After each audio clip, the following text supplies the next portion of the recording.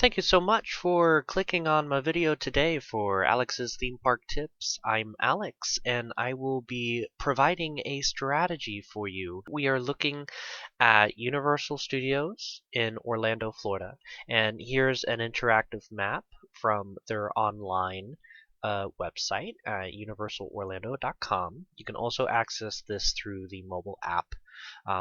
If you can see my cursor, this is where the entrance is, and Gringotts, the escape from Gringotts, is all the way back here.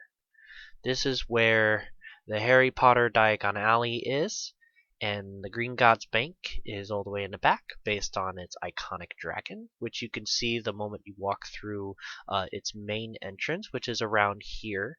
There's also a second entrance, which is on this side over here, which takes you by the little eatery and drink station that they have. Harry Potter and the Escape from Gringotts. Height requirement is 42 inches at minimum. Anybody who is under 48 inches, you need an adult.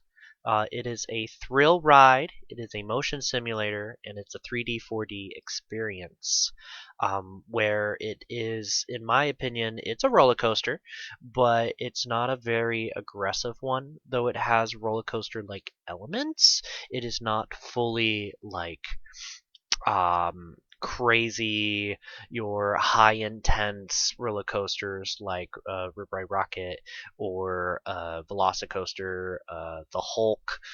Those coasters are more original, standard esque roller coasters, where this one is more of that 4D experience. There is single rider available for this, and they do offer an express lane. So there are 3 different lanes that you can take. One is their regular standby, the other one is single rider, and the third option is express. We're going to hop over now to Thrill Data, which is a wonderful website I like to use to gauge wait times. And we're actually going to be exploring in comparison to today's date, which is March 20th. We're in the middle of spring break time for us. As you can see by this graph, we're comparing two dates here. We're comparing today, which at the time of recording, the park's already closed, so we have the full collection of data. What is today's wait times are in red, and what is posted for March 15th, which was last Saturday, which was the start of our spring break, is in blue. So as we can see from early morning in the beginning, very low wait times to start. If you were rope dropping this park and headed here first, you wouldn't be waiting for too long, though 45 minutes is kind of pushing it. But that is after the park had officially opened, which they opened at 9 o'clock. So if you were like one of the first people in line and you started heading right for this attraction, at least within the first 30 minutes, and you'd make it by 9:30 or before, you'd be waiting about 30 minutes. So keep in mind that after the immediate morning rush, there is a dip which tends to happen after 10 a.m. So I wouldn't put it past you if you went to a different attraction first, such as the Mummy, or even Rip Ride Rocket, which is right by the entrance. Though I do believe they typically have a delayed opening. They're not open right when the park opens.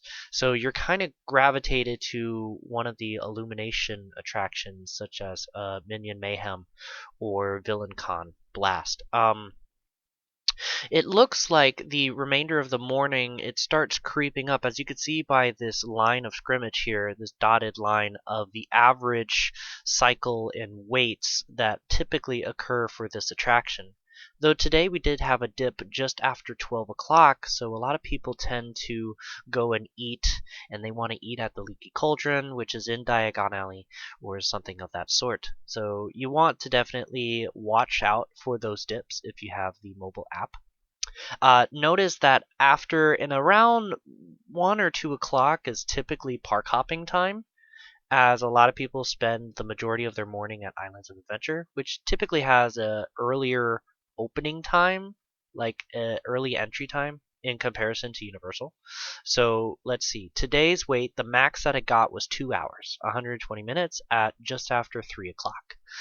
In the past, in comparison to the Saturday, around the same time, around the 3:30 margin, it got up to the 2-hour wait.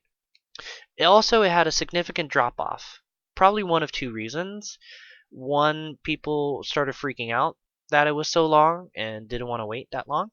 Or two, the ride stopped and it had a quick downtime.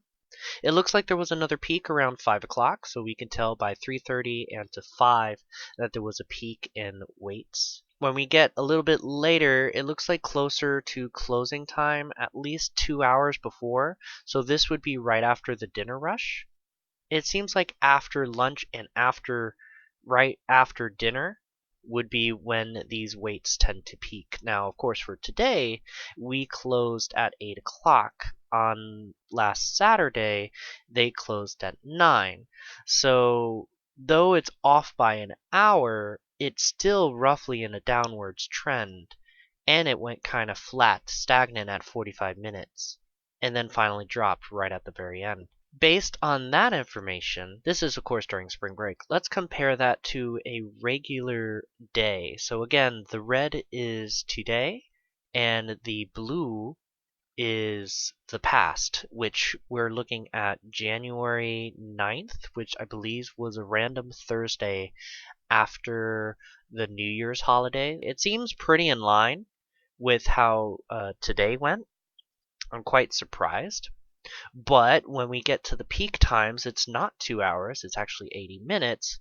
But as you can see, it's still peaking at those 30-minute increment marks. So right here at 3:30, it correlates, as well as 5, though it is stagnant here from the off season. And it quickly died down sooner because they closed early at 7 o'clock, as compared to today where they closed at 8. And there is still that downward trend, because this is a fantastic ride. I enjoy going on this ride. My friends love going on this ride. And it's just a really, really fun experience to do. Now, for you, it depends. Now knowing this information, I would, and we're going to reference today, I would have, if I was there today, and I decided to rope drop, which means to get to the park right before they open and be waiting in that crowd to be let right in. They let people in, and it was right at 9. If I'm there rope dropping, that would be the first ride I do. If I'm there with family, that would be the first ride I do. Like if everybody is of height, that would be the first ride I do. I would head right there and make everybody walk that long distance from the front of the park all the way. You kind of cut through the courtyard here, all the way to the back, and then loop your way back around. That's how I would do for rope dropping. If you're going to hit up Universal first, just skip everything and just head straight to Gringotts. However, it is a missed opportunity by 10 o'clock, because then you'll be waiting an average amount of time. So at that point, if you can't make it there by right when it opens, an hour after it opens, over an hour after it opens, it typically has a dip in wait. The next time you'll find it would be right around 12. It starts going down. But not always. As you see, we are climbing from today's date. Otherwise, avoid going on that attraction in the afternoon. It's going to be a hit or miss. Either it's going to have a very low wait, quote, low wait, or you're going to be waiting way too long for what it's worth. Or you could wait till the end of the day and make it one of the last attractions you get to ride. It's a great way to end the day, and it keeps you in the park longer because you're in the back of the park, and so you can take your time getting back to the front. A bulking point is how long you're willing to wait for an attraction. So if the wait time, let's say for instance, says 30 minutes, depends on who you are. Like if you're an annual pass holder who has gone to the park many, many times, 30 minutes might be really, really good. If you don't come to the parks as often, you're that once in a lifetime opportunity type of person, 30 minutes is a fantastic wait. Now, on the contrary, for us annual pass holders, if the wait time said an hour, I won't wait an hour. That's too long. I'd rather do single rider at that point, but you have to do some recon. You don't just go on single rider because everyone else is going on single rider. So you have to gauge it for how long you'll be waiting, if it's worth it. If you are from that out of state, once in a lifetime, you rarely ever come to Universal, an hour might be feasible for Gringotts. It all depends on your bulking point. So for me, if I'm with family and friends. I know I have the top tier annual pass. I have the premier. I go on this ride. I could always use express on it, but then what if my family doesn't have the express? Well, I have to wait on a standby. So what's my bulking point? For me, it would be 45 minutes max. Anything under 40, I wouldn't mind waiting for. Now, that just depends on how far the line backs up. The line could back up all the way into the lobby of the bank. It could be in the extended queue. You have to gauge it based on where it starts for how long you'll actually be waiting. Because on occasion, they will inflate their waits. So that is my bulking point, 45 minutes. I wouldn't go more than 45 in a standby. Otherwise, I would use single rider. If it's before, like if you have to wait at the bottom of the stairs, then that's a good wait. If you're waiting all the way down the hall and back into the room where the bank is, it's not worth single rider. You're going to be waiting longer than the standby. And again, the times to hit this ride is going to be in the morning, right when they open, an hour and a half after they've opened, so the morning rush dies down, or wait till close. There's no other opportunity, like, unless you want to wait that long line. But it is definitely a worthwhile attraction, and that is where I would insert it in my day for getting on this ride.